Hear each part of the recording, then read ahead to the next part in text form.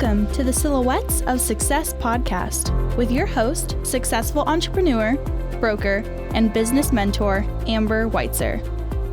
Because success comes in all shapes, sizes, and styles, the Silhouettes of Success podcast is shining the light on industrious women with a collection of curated conversations of intentional inspiration designed to inspire your heart, ignite your mind, feed your soul, and gift you with actionable insights directly from inspirational, everyday women who've shown tenacity, grit, and grace, having taken on the challenges in their lives and business and won. Remarkable, down-to-earth, and relatable, Amber and her guests will share with you uplifting and extraordinary real-life success stories, motivational ideas that just might help spark something within you. With the deepest desire to serve you, help you grow so you can begin to shine the light that will illuminate your very own silhouette of success. So, let's get to it. Hello and welcome to the Amber Weitzer podcast, Silhouettes of Success. Our VIP featured guest has authored 2 books, founded and sold 2 successful brands, and is a fearless leader, a serial entrepreneur, and self-described perennial do-gooder. She is currently president of Brand Now. So Silhouettes, please help me give a warm welcome to Lynn Altman to the show. Hello, Lynn. How are you? Hi, Amber. I'm great. How are you doing? I am well. Thank you. Thank you. As we head towards the winding down of summer, maybe. I know. It has been a warm one for you all too, right? Yeah, it's been warm, but there's some respite, some Yeah, breezes here and there, so I'll yeah. take it. That's right. That's right. We embrace that. So, Lynn, it is a pleasure being with you today as you share your silhouette of success story with us. So, again, welcome, welcome. Thank you.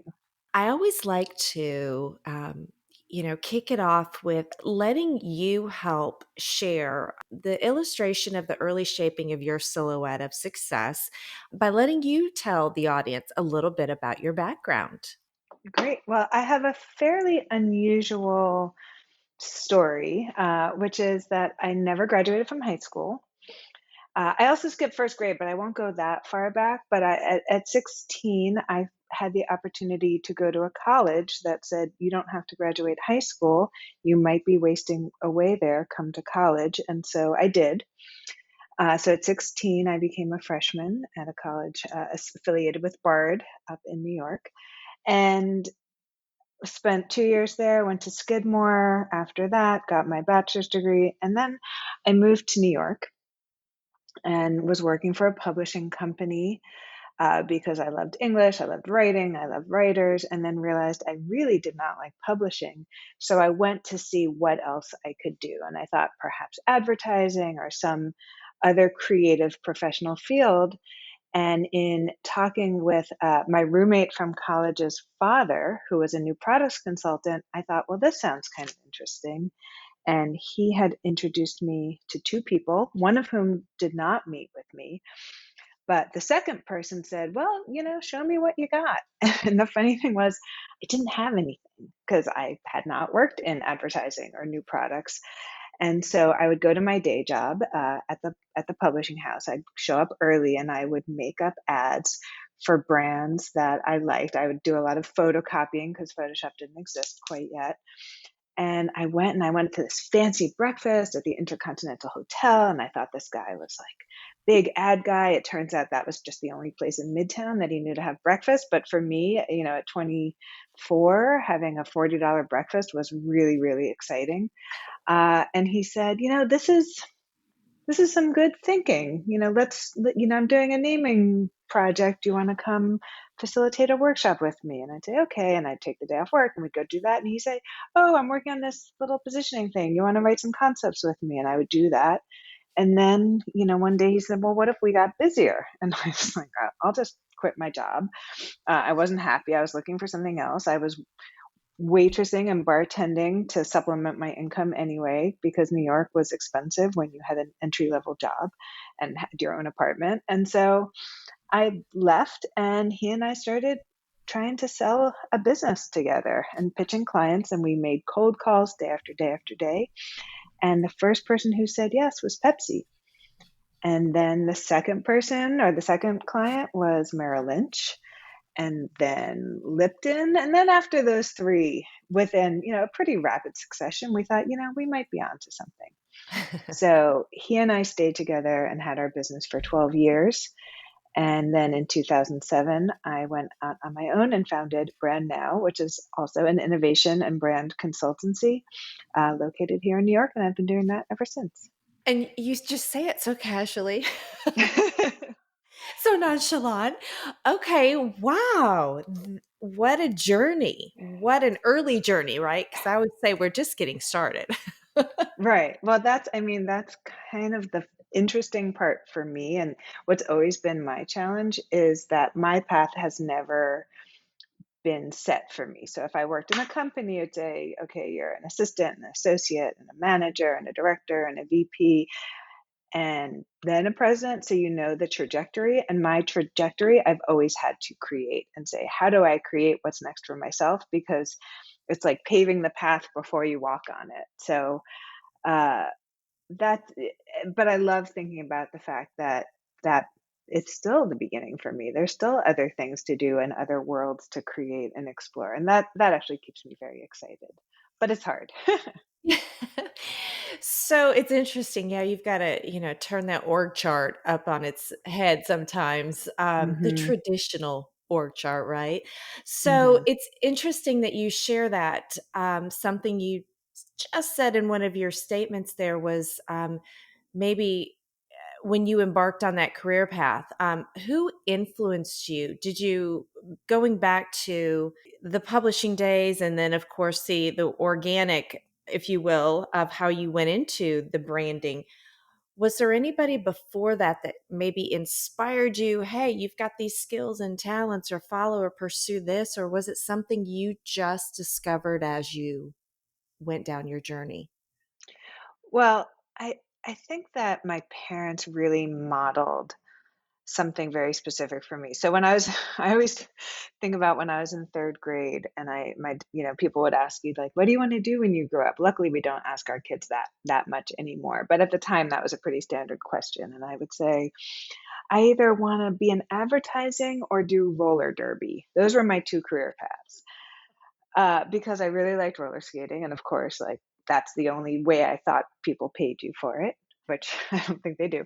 And advertising because I liked that it was creative and worked with products. And my dad looked at me and he said, there's probably some job out there for you. I mean, I think what they had told me was you may not fit the traditional job structure, and that's okay. Uh-huh. And so I think that was always encouraged. And both of my parents have always, at points of their career where the company wasn't right or even the career path wasn't right, they have always said, this isn't working for me. I am going to do something else or go somewhere else or retrain. I've been a school teacher for 20 years and now I'm going to go into the world of computer software.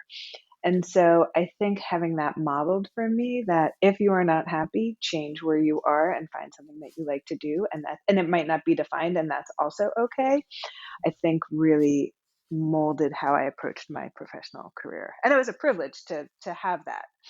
But then to always have a backup. So, you know, could I be a bartender? Could I be a waitress? Even the past 25 years, still think, if this doesn't work, what will I do? And having that backup in my mind. What a rarity to have parents. And again, age group, okay, fine. But just, at different points, to have parents that had just the confidence to do that for themselves, but then to give you, if you will, the maybe unstated permission that that's Hmm. going to be okay. Because a lot of times we have our parents are, oh, very fearful, or you have to stay here, or, how will I pay the groceries? But wow, what a great, like you say, they modeled that for you. What a great Hmm. experience to witness. I feel very fortunate in that way. Even my brother changed careers and became a doctor when he was 40. I mean, so I think we all have that in us to Yeah. say, if you are not happy, do something else. Find what it is, and there will be an adjustment period, where you might not be living as high in the hog as you were, or you may have to start over, and there will be some pains in that. but ultimately it's better than being stuck or being That's somewhere you don't want to be. that's awesome. Awesome. Giving yourself a little grace and having those shifts, Yeah, those yeah. changes. Yes. Okay. So the alarm clock goes off and your work or business day begins. What does a day in the life look like for you? Are you more structured and disciplined with a routine? Are you more of a spontaneous spirit? Talk to us a little bit about that. So my day is fairly structured. I'm very self-disciplined. So almost no matter what I have done the day or night before, I wake up around 6 in the morning and I go for a run. To some points where my partner will look at me and he'll say, Lynn, you are a psychopath that you're getting up and running right now. It could be negative 13 degrees outside. It can be raining. We could have had a late night the night before, but to me, that is just the essential step. And if it's not running, it can be walking or yoga on my days off. But it's getting outside, getting air, getting the brain moving. I never feel worse after having some exercise and some air. And just that's how I always start every day. And I've recently begun meditating as well, which is a harder practice for me because staying still is not as easy for me as moving, but I'm trying to bring that into my discipline as well. Mhm. And then, like so many other people, it's a lot of meetings, a lot of talks, a lot of Zoom calls, but also private time to get the work done. And I try to maintain a balance, even with a bunch of calls with a bunch of different clients and team members and, all aspects of the business to make sure that within that there are breaks, either a break for lunch or even just a break between calls that I can answer emails or do some thinking work or writing work that I have to do on my own because you can't just be in meetings all day. I mean, I don't know during the early days of the pandemic how our kids did it with being in a Zoom classroom for 6 hours or 8 hours. So I try to have some balance during the day as much as I can have control over. And I usually, because my day starts so early, I usually shut it all down by 6 o'clock. I learned very early on as a consultant and an agency owner that I could not be available around the clock, especially once I had kids. The more, because my career started in the pre-internet days, I was used to once you were done with work, you were done with work. And then as computers and internet and phones started creeping into our lives. I mean, there were years up until probably 15 years ago, I didn't have a printer at home. And I would say, okay, at 6 o'clock, I'm shutting down. And whatever is happening after now can wait till tomorrow morning. And it really helps keep me sane. It keeps my relationship with my family much better. So I have some pretty strict boundaries on when my workday ends and when it begins again. So that's awesome. And that discipline comes I was going to into say play. much to the dismay of several of my clients who are writing me at midnight, but just, yeah. Yeah. But the work gets done. I'm extremely attentive, but having the energy every day to really put your all into it requires, at least for me, some boundary and some break to Yeah. say, okay, now I need to shut That's right. And they need you at your A game and rested. off. Right? And And when fresh. Yeah. yes, yes. I mean, yes, absolutely. So thinking about that, or portion of that, how do you get unstuck? Or if you need motivation or to break down maybe a barrier between you and maybe a new idea or goal or dream, what are some tips or tricks that you might share with the audience? So there are a few things to get unstuck. One is to stop thinking about it, go for a run, to say, I'm going to clear my mind, I'm going to take a walk. For me, activity and motion is getting your body unstuck really does help get your mind unstuck. And there is a reason, even, being in the shower when your ideas uh, happen for you in the shower, it's because like you're relaxing your mind and letting ideas to come. But in terms of the things I don't necessarily want to do, if I have a report that is laborious or a task, a long questionnaire or a chart, I try to set aside manageable chunks. So again, I'm not going to make it an all day task, but for an hour a day or for 20 minutes a day, I will chip away at it so that the task becomes manageable So something that seems unsurmountable can be accomplished. But the thing I think that helps me reach my goals most is thinking of a goal that's the only way I can say, thinking of a goal that's bigger than the action that you have to do to reach it. So, for example, people complain about exercise, oh, I have to run, I have to exercise. But for me, it's like, I know I'm going to feel better. So it's not a chore because I know in the end, I'm much happier for it. So even if I'm tired or grumpy or sore, I know there's some other reason that's going to be worth whatever the effort I have to put in to do it. The same thing with eating. And again, I'm a branding expert and not a health nut, but I like eating well because it's not that I think, oh, I'm on a diet or I don't want this, piece of cake, but I just know how I feel afterwards is going to be so much better.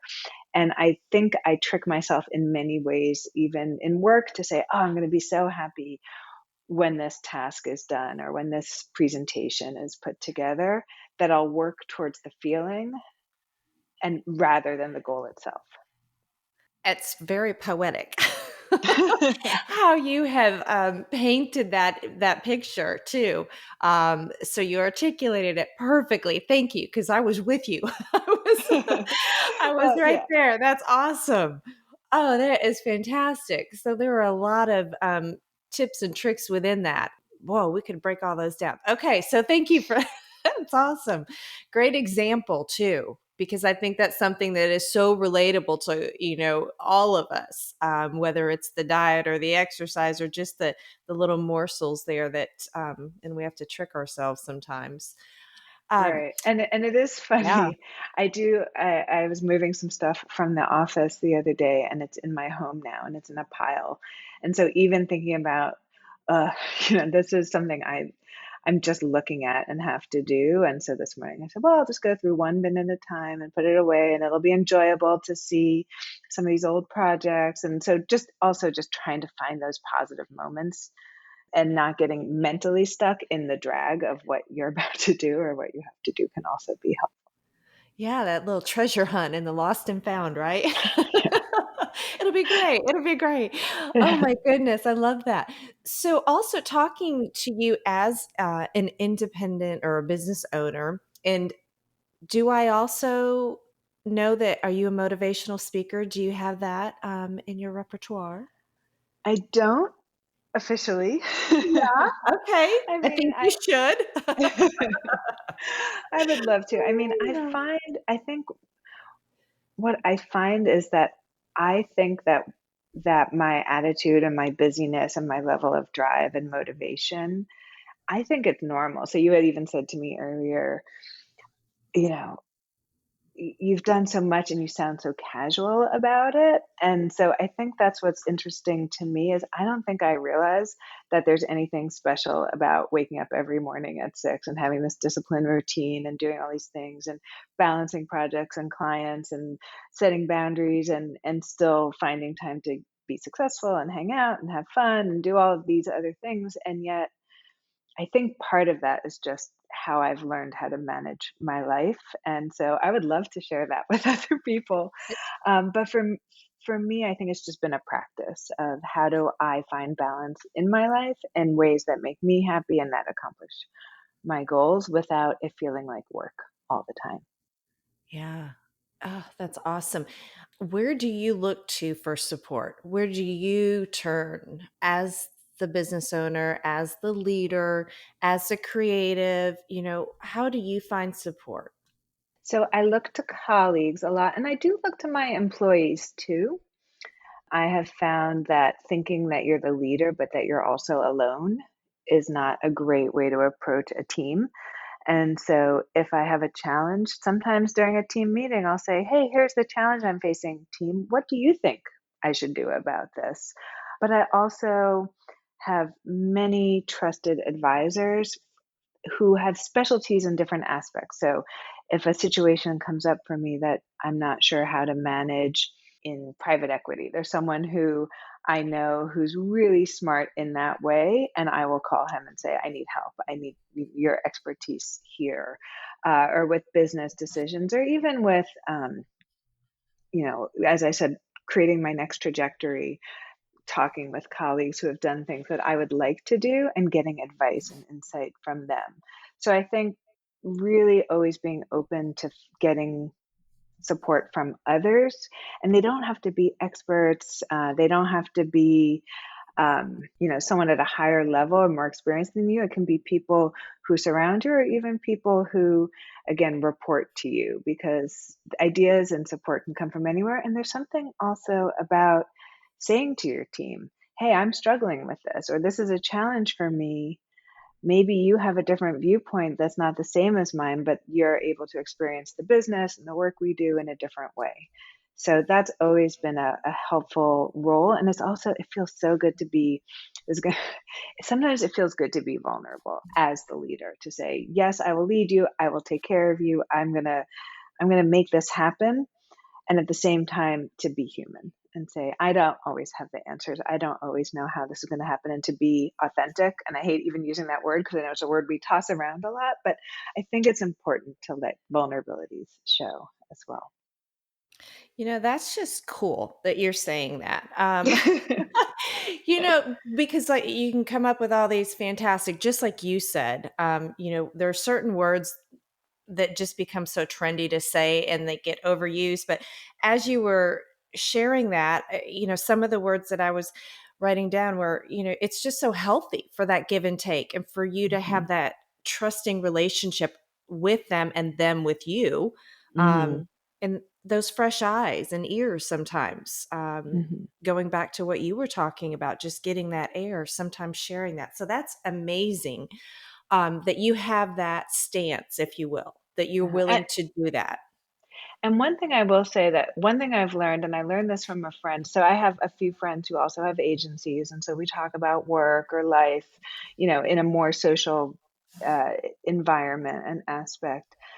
I try not to talk to my family about work. And if you and your family or your partner or your mate or your kids or your parents are all in the same industry and they have insight professionally, that can be helpful and insightful. But for me, I have found that just like you have different friends that you talk to about different issues, that they might relate to uh, more than others, I have found that keeping kind of my family, those close personal relationships, out of what's going on in my business has been helpful for me. Yes, agree. And we can move on. Okay. It is, yeah, I agree with you. Sometimes it's difficult because, they want to say, "Hey, what's going on?" But tell me what you have found. Just a quick maybe example of why you feel that way, because I agree with you on that. It's difficult sometimes. Well, and it's difficult in two ways. And Mhm. for example, I was married and divorced, and I also have a long-term partner. And so both of these people are long-term mates in my life, but they've worked in companies their whole life, their Mhm. whole careers. And so their experience and my experience is very different. So if I'm having a challenge or a stress with a client at work or something very specific to my situation, it's hard for them to understand or to advise, or for me to even hear what their advice is, quite honestly. Like, come on, you don't know. Yeah, This is my right, business. right. Yeah. And also, and I think this goes both, so, and vice versa, my partner's an engineer, and if he's telling me what's going on at work with his team, who's international, I can't tell him what to do. I have a hard time understanding, what that world is and how to advise. So there can be a disconnect. But also in any relationship, I think there is a dynamic where, let's say, then this is actually what my friend had told me, if I come home and I say, like, this employee was bad and they, made me angry, or this client made me angry. And as the boss of something, you kind of feel like you can control your environment a little better.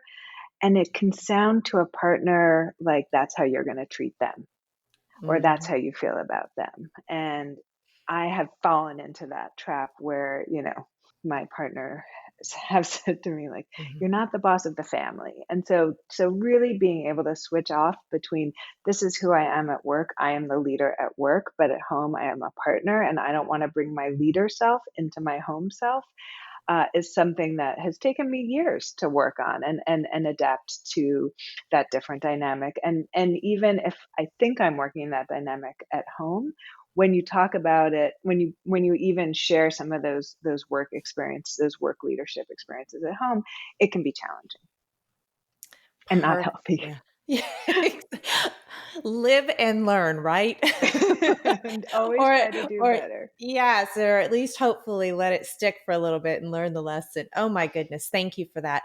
So this could be perhaps a two-part question, and we always share with each other and, look back and think, okay, how could I have done that? Or how did she get through that and survive or succeed?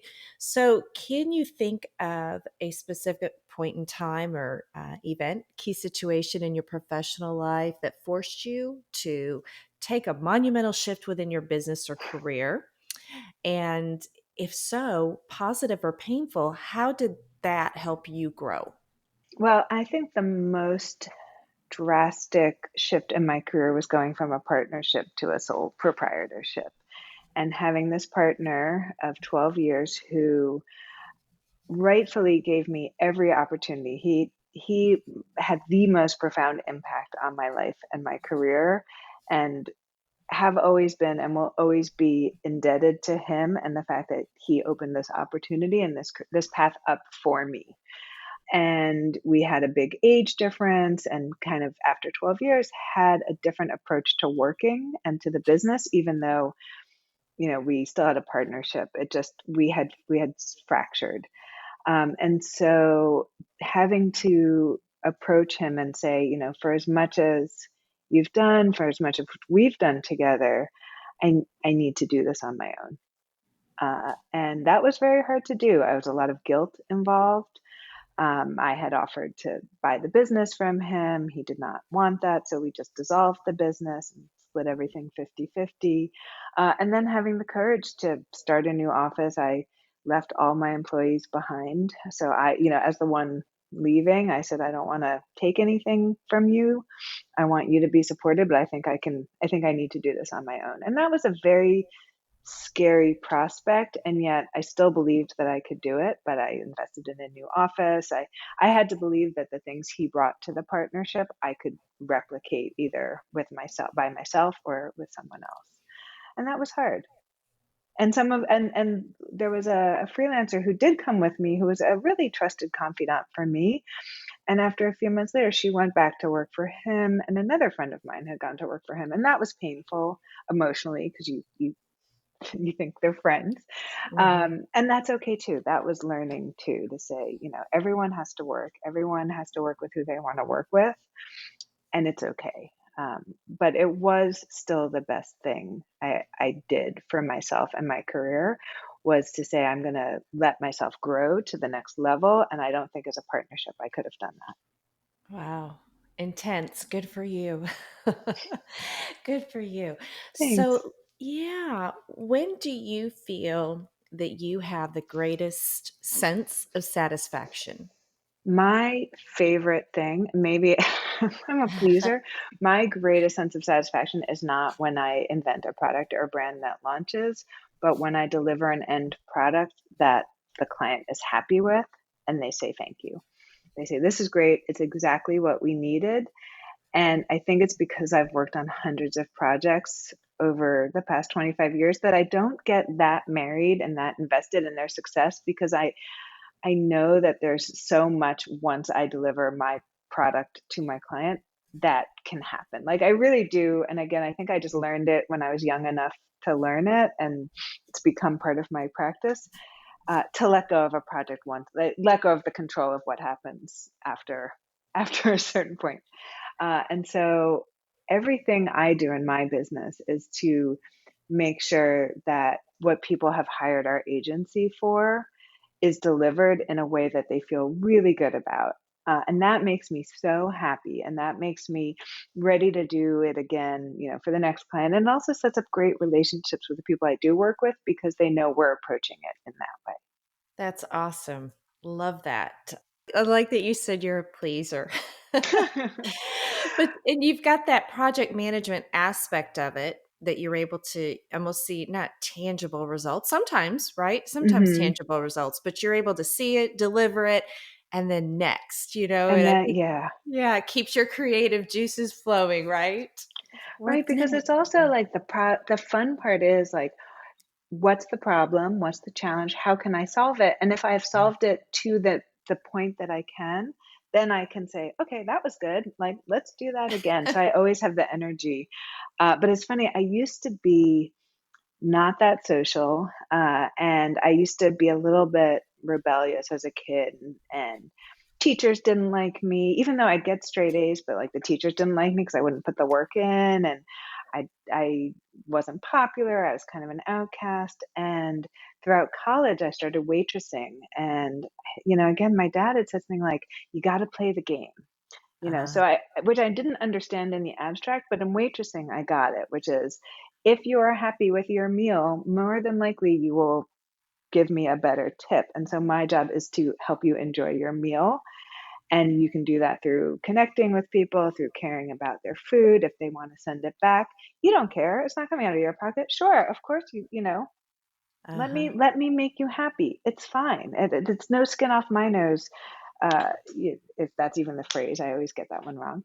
To exchange it for you. And I think that actually that project management and also understanding that it's important to realize that I'm in a service business, and understanding that interaction. I always say that everyone should be in the service business, but especially being a server or a waiter or a waitress really teaches you so many of those skills and that ability to really want to be a pleaser, and also to get the gratification from it. I used to tell people, if you gave me one more dollar on that tip, not only was it money, but it was saying good job. Hmm. And it's the same satisfaction I get today. It's to have the connection to build, and it's interesting. All of these things that you're sharing that are tying back from your experiences are in full display. I mean, I just see all of this with you. It's so exciting to connect. But Oh. having that connection too with you and your relationships with your clients and customers and the public. Man, oh man, you also sound like you've got that the hold on, just the emotional intelligence aspect and knowing your audience. But your dad had a role in helping you maybe tune into that. Right, and tune into the fact that, and I don't know how to say this in the right way, it's okay to understand that there are social rules and social constructs. And some people are really good at being, rebellious and cool at the same time, and being themselves and really making others accept them for totally who they are. And that's a different game. But my game is much better played in really looking at who someone else is and saying, how can I make you feel comfortable? How can I listen to what you're saying and reflect that and connect with that and meet you where you are, is something that I'm just more attuned naturally to doing. So there's different ways to do it. But sometimes I do envy the people that are just like, this is me, take it or leave it. But understanding that there is, even in pleasing other people, that there's something to gain from that. And that's okay. Yeah. It's fantastic. That's what makes the world go round, right? It doesn't make you bad, even if you want to do things that benefit yourself. It's Yeah. okay. Yeah, all of the above. Oh, wow. Okay, Lynn, we talked earlier, well, not really talked. I touched on earlier in the intro. We all crave great resources that help inspire, uplift, or expand our minds. And early on, I misspoke. I believe I said you authored two books, but you have one book. And so we're going to do this a little bit different. I'm watching the time. I want to respect your day and your schedule. So talk to us and share your book. But then also, do you have any other resources or books or mentors or influencers that you'd want to share with the audience? Well, sure. Well, the book came out at the end of 2006. So it's a little dated at this point, but it's called Brand It Yourself, The Fast, Focused Way to Marketplace Magic. And it does go through the process that my partner and I had implemented over the years. Probably still in print somewhere, but if someone's desperate for a copy, they can get in touch with me. I have a few extras. um, And then for me, my inspiration, I've never been a huge business book reader, which probably I should. So a lot of my inspiration comes from really looking at the world around me. I'm lucky enough to live in New York City, so going for walks and seeing what new and interesting things other people are doing. I listen to infinite podcasts and so learning about different aspects of the world, different people in the world, some hidden brain, some Freakonomics. So there's some business learning in there and psychology in there. But that really does inspire me. And it feels like it gives me a fuller picture of the world, of the people in the world. And that has been one of my greatest resources, or some of my greatest resources. Excellent. Thank you. So, twofold on that. So I wonder, is your book on Amazon, do you think? Or do you have a web? Okay, so I'll do some digging. Okay. All right. Because I want to share, wherever I'm able to find it. I like to share those links in the resource section so our audience can go find those. So we'll make sure and do that. And as we begin to wrap up, do you have, in keeping with the promise to share intentional inspiration, do you have a piece of go-to advice that maybe you cling to or that was shared with you that you want to share with the audience? So what I tell myself, and actually I tell my son all the time, is that being brave doesn't mean doing something and not being afraid of it. It's being brave is being afraid of something and doing it anyway. Mm. And so when I get to things that make me uncomfortable, I tell myself, again, if it's stupid, if it's risky, don't do it. But, if it scares you, do it anyway. And that's what being brave is about. Really pushing yourself to do some things that you may not want to do. And the rewards that you get from bravery, which is different than confidence, I have found to be infinitely, infinitely rewarding. Love that. Love that. Thank you. Thank you. All right, my lady, we're going to wrap this up and get you about your day. So where can our audience go to find and connect with you on your socials or support you in your continued success? Well, they can find me on LinkedIn, Lynn Altman. You'll find me there. And our website is brandnow.com. And I have looked that Brand It Yourself is still available Awesome. on Amazon. There's even a Kindle version. Who knew? Oh, groovy.